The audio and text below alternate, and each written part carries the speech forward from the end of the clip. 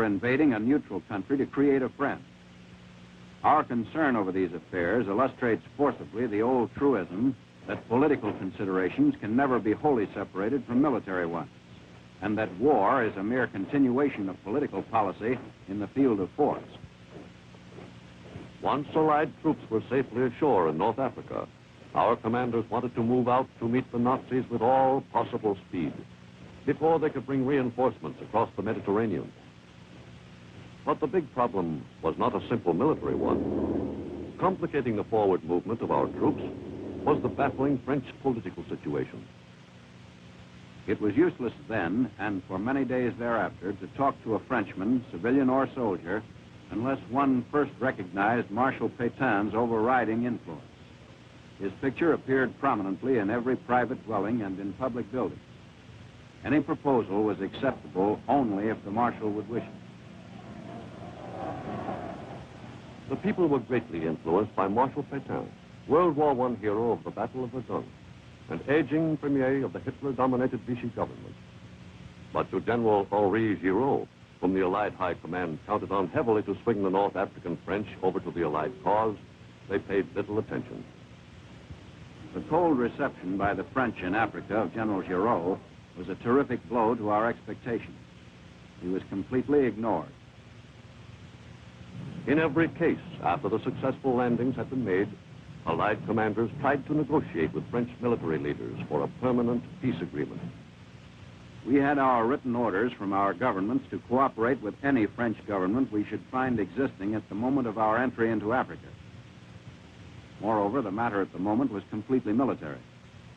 I might be fired, but only by making a quick decision could the essential unity of effort throughout both nations be preserved and the immediate military requirements met.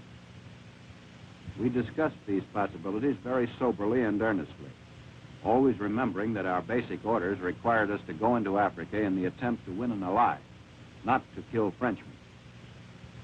I flew to Algiers on November 13th with Admiral Cunningham and went into conference with General Clark and Mr. Robert Murphy, the American Consul General in the area.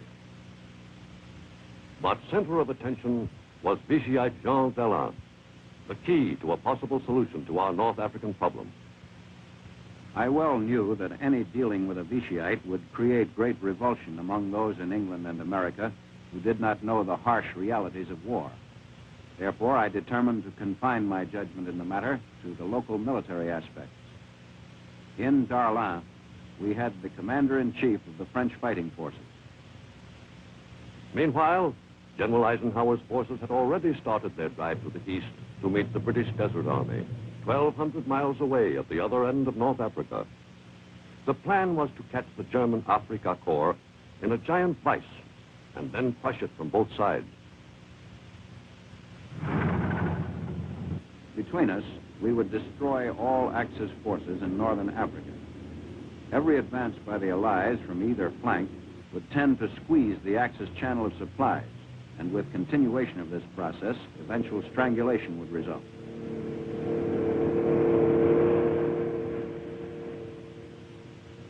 All during late November and early December, the piecemeal process of reinforcing our eastern lines, principally by American troops, went on.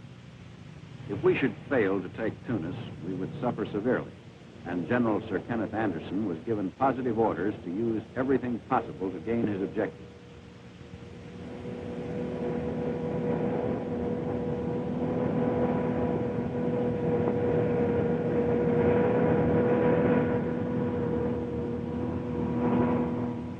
We had a crying need for forward airfields. The air power of the Axis in Sicily, Pantelleria, and southern Italy was still so strong as to preclude the possibility of Allied naval advance into that region. Final success in cutting the Axis communications would demand land advance with continuous buildup of forward air bases and air power. To perform this seeming miracle of construction, the engineers employed almost every type of modern earth-moving machinery to be found on any large construction job in the United States. Hastily from across the Mediterranean, the Nazis were bringing reinforcements to Tunis to strengthen the German armies under the overall command of Field Marshal Albert Kesselring. in preparation for the showdown battle for Tunis, which was then forming. The success of the Allied military offensive depended to a considerable extent on whether an agreement was reached with Darlan and the French political muddle resolved. If not, the Allies faced a possible open break with the North African French military forces, which consisted of some 200,000 French and colonial troops. It was squarely up to me to decide whether or not the procurement of an armistice and the saving of time and lives were worth more to the Allied forces than the arbitrary arrest of Darlan, an action certain to be accompanied by continued fighting and cumulative bitterness. The French Air Force in North Africa had a strength of several hundred planes, which could quickly go into action against us if no agreement were reached, and greatly retard our drive eastward toward the Nazis. It was our intention to win North Africa only for use as a base from which to carry on the war against Hitler. When the Allies finally settled with Darlan, correspondents in Algiers were confronted with the problem of trying to explain the puzzling situation and still obey military security. I guess you can't blame the people back home. Mike must understand why they react so strongly to a guy at Vichy looking all over. The delicate pattern of our relations with Darlan was carefully described to the American people. The press is primarily and properly concerned with providing information to the public at home. Civilians are entitled to know everything about the war that need not remain secret. Indeed, the commander in the field must never forget that it is his duty to cooperate in the task of maintaining a civilian morale that will be equal to every purpose.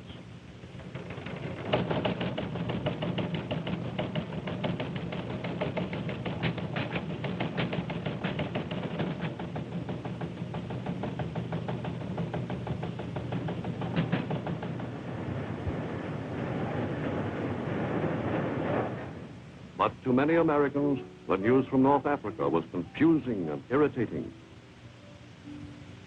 Why do we have to do business with a collaborationist like Darlan? I don't like the look of it. Who are we fighting in this war, anyway? But the union with Darlan in North Africa achieved for the Allies a permanent peace with the French there. Too bad the people back home don't realize that a lot of GIs might have been knocked off if it hadn't been for Reich's last-minute deal with Darlan.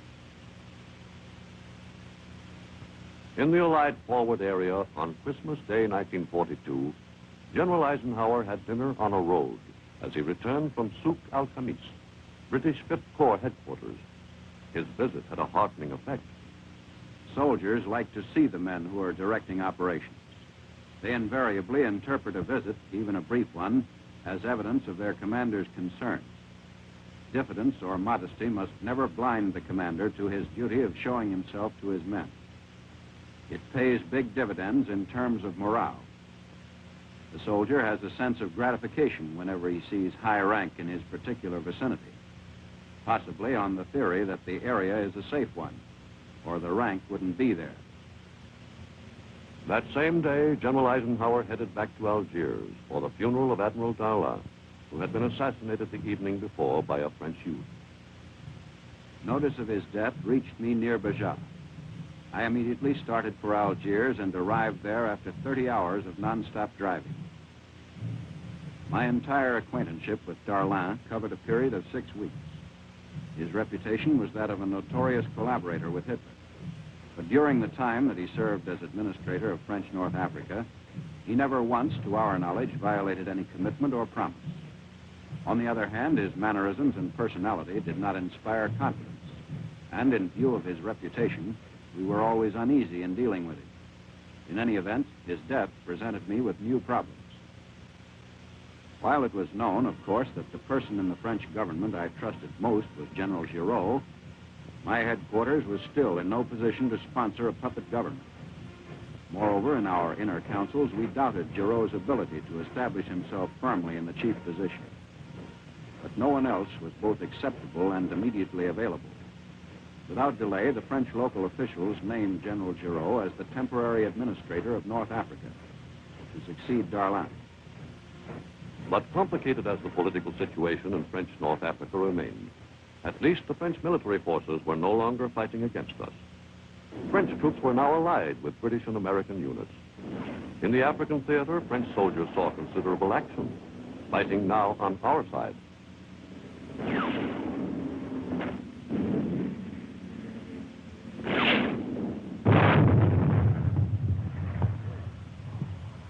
In a bold attempt to try to reach Tunis before the Nazis could further reinforce their position there, the British First Army continued its punishing drive without let-up.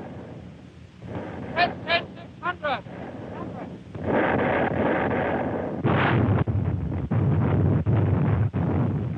Troops and commanders were not experienced, but the boldness, courage, and stamina of General Anderson's forces could not have been exceeded by the most battle-wise veterans. The bringing up of supplies and ammunition was a Herculean task. In spite of all this, and in spite of Anderson's lack of strength, his whole force numbered only about 3 brigades of infantry, he pushed on and finally reached a point not far from the outskirts of Tunis.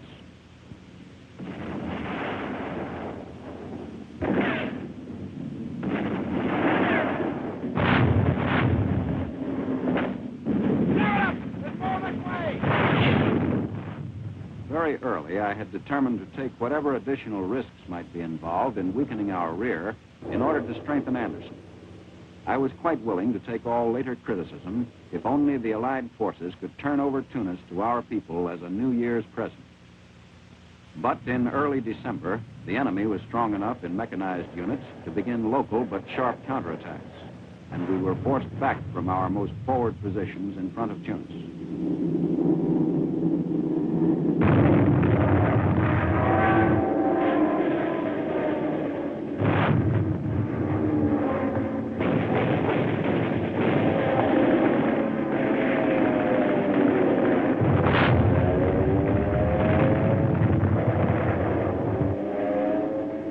Directed that the attack be indefinitely postponed.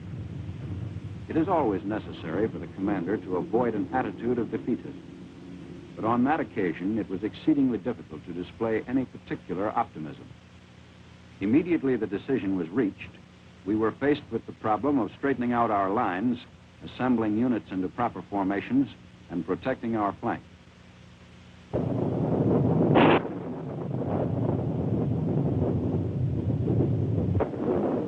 The rain fell constantly. Physical conditions were almost unendurable. Winter cold was already descending upon the Tunisian highlands.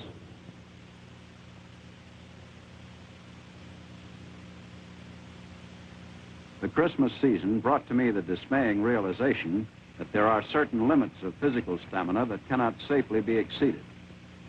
I inherited a hearty constitution from sturdy forebears, and heretofore always careful of health requisites, I had come to believe myself immune from the fatigues and exhaustions that I frequently observed in others. But as the December weeks kept me constantly on the road, I definitely felt a deterioration in vigor. But I learned a lesson I did not thereafter violate. A full measure of health is basic to successful command.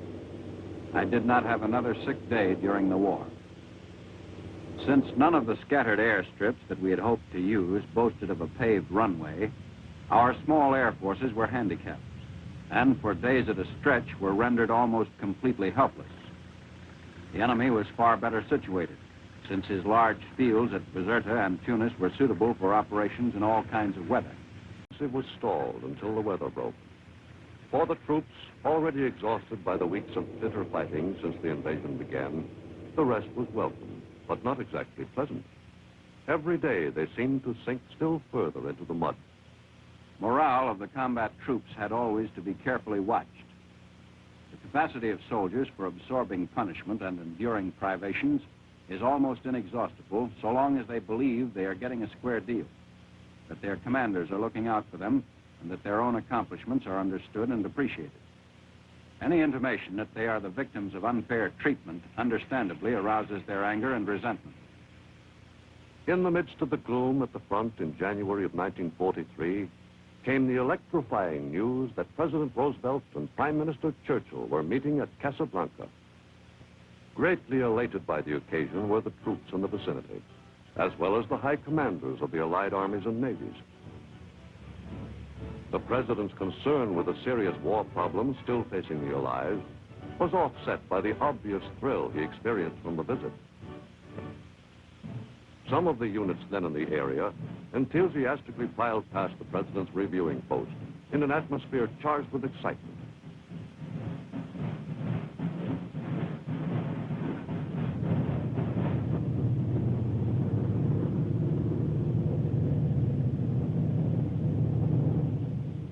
A few surprised GIs who had already distinguished themselves in the battle for North Africa during the few weeks just past had the happy honor of being decorated personally by their commander-in-chief. His optimism and buoyancy, amounting almost to lightheartedness, I attributed to the atmosphere of adventure attached to the Casablanca expedition. Successful in shaking loose for a few days many of the burdens of state, he seemed to experience a tremendous uplift from the fact that he had secretly slipped away from Washington and was engaged in a historic meeting on territory that only 2 months before had been a battleground. He speculated at length on the possibility of France's regaining her ancient position of prestige and power in Europe, and on this point was very pessimistic. Another notable meeting brought de Gaulle and Giraud together. The local antagonism in the French army and in the government against de Gaulle had been intense, but he enjoyed a distinct popularity with the civilians. The de Gaulle forces had attacked every French official in Africa. By imposing political censorship on all, I prevented local French officials from participating in the public quarrel. It was lifted the second I learned that Giraud and de Gaulle had agreed to meet at Casablanca. The president was hopeful of a quick settlement of the situation through a reconciliation between Giraud and de Gaulle, feeling that he could convince both that the best interests of France would be served by their joining forces. At the conference, the meeting of the combined chiefs of staff proclaimed in ringing terms our policy for the pursuit of the war against the Axis. A number of specific military policy matters were also settled. Of immediate importance to me was the decision that the British Eighth Army and the Desert Air Force coming up through Tripoli and Lower Tunisia would be assigned to the Allied forces under my command when once they had entered the latter province. This development was extraordinarily pleasing to me because it meant, first and foremost, complete unity of action in the central Mediterranean. It was some time after I had returned to Algiers that the unconditional surrender formula was announced at Casablanca.